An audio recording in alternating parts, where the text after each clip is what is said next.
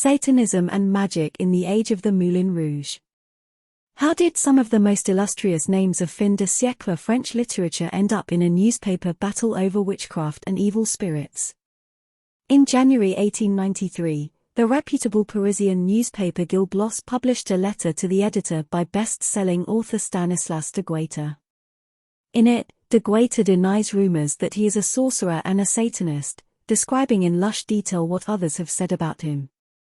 It is said that, I, personally, from a distance, have felled a number of my enemies, who have died under spellcraft, naming me as their assassin, that I dose them with the most subtle poisons, with an infernal art, toxic vapors, waft, to the nostrils of those whose faces I dislike. De Guaita's letter appeared a week after the death of occultist Abbé Boullan, whom de Guaita is rumored to have killed with magic.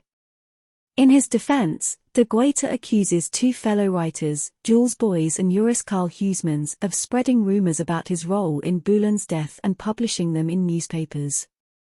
De Guaita's letter to Gil Blas is his response to these accusations. Goat Pentagram, from La Clef de la Magie Noire by Stanislas de Guaita, 1897. In a scathing rebuttal that appears in the same issue of Gil Blas, Bois accuses de Guaita of using the controversy to hawk his new book, of lacking the intellectual rigor to discuss occultism in any depth, and of protesting suspiciously vociferously against accusations of Satanism. We are not political men, he concludes of himself and Huysmans, who fight him in some shabby war in the small presses. The two arrange to duel. Several of the decadent movement's literary luminaries, including Maurice Barrès and Gustave Guiches, were conscripted as seconds. Although the duel never took place, Huysmans published a hasty apology. The damage to de Guaita's reputation was done. How did some of the most illustrious names of fin de siècle French literature, particularly that of Joris-Karl Huysmans, whose novel A Repouers was famously crowned a breviary of the decadence by Arthur Symons, end up in a newspaper battle over witchcraft, magic, and assassination by evil spirits? In fin de siècle Paris, the age of the Moulin Rouge, the cancan, and absinthe, the burgeoning world of scientific positivism, sensational journalism, and celebrity culture intersected with a shadowy underworld that existed both in opposition to and inextricably part of modern Paris. The Parisian intelligentsia's fascination with Satanism, magic, and the occult in the waning days of the 19th century represented the apex of that era's intellectual conflicts: science versus religion, positivism versus mysticism, commercialization versus esotericism, forward-looking optimism versus cloistered nostalgia. For literary-minded Parisians, the world of the occult, black masses, spellcasting, the pagan Christian syncretic rituals of someone like the late Abbé Boullan embodied this contradiction. Writers like Huysmans and Bois were drawn to the esotericism of the occult, to the idea that it made them special or set them apart in an era of mass production, even as the mechanisms of that modernity, i.e., popular media including papers like Gil Blas, brought that world into mainstream consciousness for mass consumption. The late 19th century saw a craze for books about Satanism, often purporting to be scientific or anthropological studies of satanic cults in the present day. Bois's 1895 Sierra Leone and Leone's Satanism et la Magie was a major bestseller, as was de Guaita's 1890 Au Sol du Mystère, and Bataille's 1892 Sierra Leone and Leone's Diable au xixi siècle. Other writers, like Papus, real name Gérard Incourse, sought to defend occultism against accusations of outright Satanism. In 1895, Papus published Le Diable et l'occultisme, an apology for occultism as a means by which occultists sought to bring back France's intellectual elite to a belief in the beyond. Occultist or satanic novels, too, drew public interest. Huysmans' L'Arbasse, a novel set in a very slightly fictionalized satanic underworld based on the circles of Boullan and his associates, was likewise a controversial success. Even the Catholic Church published the La Revue du Diable to keep churchgoers apprised of potential dangerous satanic influence. The occult captured the national imagination. it was not merely scandalous, but saleable. As Matthew Beaumont notes in Victorian Review, writing about the analogous occult craze in London, it would be a mistake to see popular interest in Satanism and magic as merely reactionary responses to an increasing bourgeois, materialist society. Rather, Beaumont says, it was perhaps closer to what Freud called a reaction formation, a compensatory response that represses its complicity with the phenomenon that it constitutes as its opposite. In other words, the Parisian intelligentsia's obsession with Satanism could be seen as a manifestation of its love-hate relationship with modernity. By creating a false dichotomy between an imagined, quasi-medieval world of occultism, in contrast to some mercantile, mechanized present, many writers were in fact able to explore and capitalize on that present's most alluring elements. After all, it is telling that occultists and theosophers of all stripes used the language of scientific inquiry, seeking proof for such spiritual and spiritualist concepts as telepathy and the afterlife.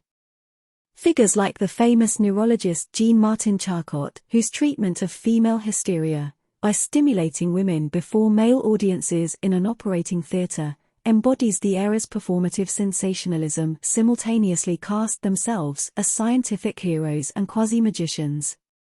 Charcot's interests, for example, ranged from neurology to mesmerism. And the worlds of the occult and new science often intersected. In a January 1893 article for the British Medical Journal, the same month as the de Guaita duel, British Dr. Ernest Hart describes his visit to Paris to investigate some of these new sciences, mesmerism, quasi-mystic hypnotism, central among them. Hart's withering description of Charcot's work, which was accepted as legitimate scientific practice at the time, also highlights how it doubled as public entertainment. Its legitimacy, like the world of Satanism, was contingent upon spectacle. Hart writes, "I am persuaded that Charcot's treatments, are artificial, that I even venture to predict they will cease to exist when the succession, so to speak, of Charcot's trained patients is broken, and when the habit of performance in the wards and theatre of the Salpêtrière is given up. Already there are, happily, signs of a reaction within the school of the Salpêtrière itself. I believe that journalists and the public are now excluded from these performances. The grande history, with all its stages, is much more rarely seen, and there is reason to hope that it will die out now that the first excitement of this scenic display has weakened, and the performance is felt to be monotonous and wearisome." Hart is dubious, adding, "I am disposed to think that it is rather the picturesque eccentricity of the phenomena and the striking mise en scene to which human automatism lends itself, which has attracted so much attention, than any real medical or physiological importance of the subject." What is most striking about Hart's account is how inextricable the world of Charcot, for all its showmanship, considered by Parisians to be real science, is from the world of Satanism and magic. Hart's research into mesmerism took him into the orbit of one Madame W., who introduces him to the headquarters not only of a profound hypnosis and the grand hypnotism, but also of the new magic, where he was introduced to the literature of occult science. That headquarters, it turns out, is headed by the self-styled Dr. Pappas, soon to become the author of 1895's Le Diabolite à l'occultisme. This occult science, practiced not in an operating theatre, but in a private club, existed alongside, and in dynamic tension with, science that identified itself as mainstream. Such tension, it turns out, often brought together individuals recognized by the French intellectual establishment with those firmly outside its boundaries. In one passage, Hart details his meeting with one Madame S., a self-styled healer with a number of black cats, who were her familiars. Yet Madame S. had recently crossed paths with someone deemed legitimate, the Colonel de Roches, who is not merely a leading French historian, but also someone whose research in the field of parapsychology was considered by the Academy to be a legitimate science. Madame S. told Dr. Hart that de Roches came to me to explain my power, but he was not at all satisfied. I do it without magnetism, and that does not please him. Certain methods of magic, in other words, are understood as scientifically valid, along with its male practitioners. Others, like those of Madame S., are dismissed by scientists like Hart as crude and suitable to her rank in life. Yet Hart's account, published in a place as reputable as the British Medical Journal, provides us with a snapshot of how the mainstream and the occult, the scientific and the sensationalistic intersect in fin de siècle Parisian, and to a lesser extent, London, life. Purportedly respectable academics like Charcot and de Roches were experimenting with processes that we might now associate with magic, while some magicians, like Papus, explained their findings with reference to science. Charcot and Papus alike built their reputations by whetting the public's appetite for the macabre and the surreal. Charcot, with his medical, often sexualized performances, and Papus with his inclusion in a long list of scandalous and best-selling tomes about occultism in the contemporary world. Far from being opposites, they are two sides of the same coin. Occultism in Paris was less a countercultural movement than an utterly cultural one that reflected Paris's profoundly ambiguous relationship with the technologies and scientific discoveries propelling it onward. In a passage in Huysmans' 1891 novel L'Arbasse, the mystic Des Hermies reflects on the prevalence of occultism in Paris. Magic flourishes when materialism is rife. But the reality is far more complex. Occultism in Paris was less a countercultural movement than an utterly cultural one that reflected Paris's profoundly ambiguous relationship with the technologies and scientific discoveries propelling it onward. Understanding the satanic craze of Paris might even help us understand similarly seemingly strange phenomena, like the satanic child abuse scandals that rocked America in the 1980s, when an increasingly widespread belief that daycare providers were sexually abusing children in satanic rites led to a media frenzy.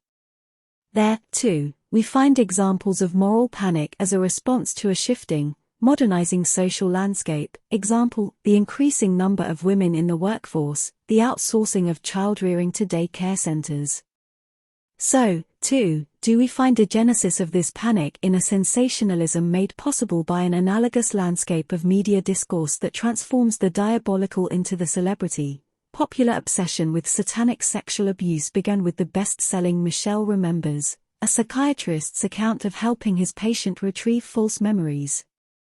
In 1980s California, no less than in 1890s France, we find that the satanic, the mystical, and the strange become the battleground over which wider questions of culture, tradition, and modernity are fought.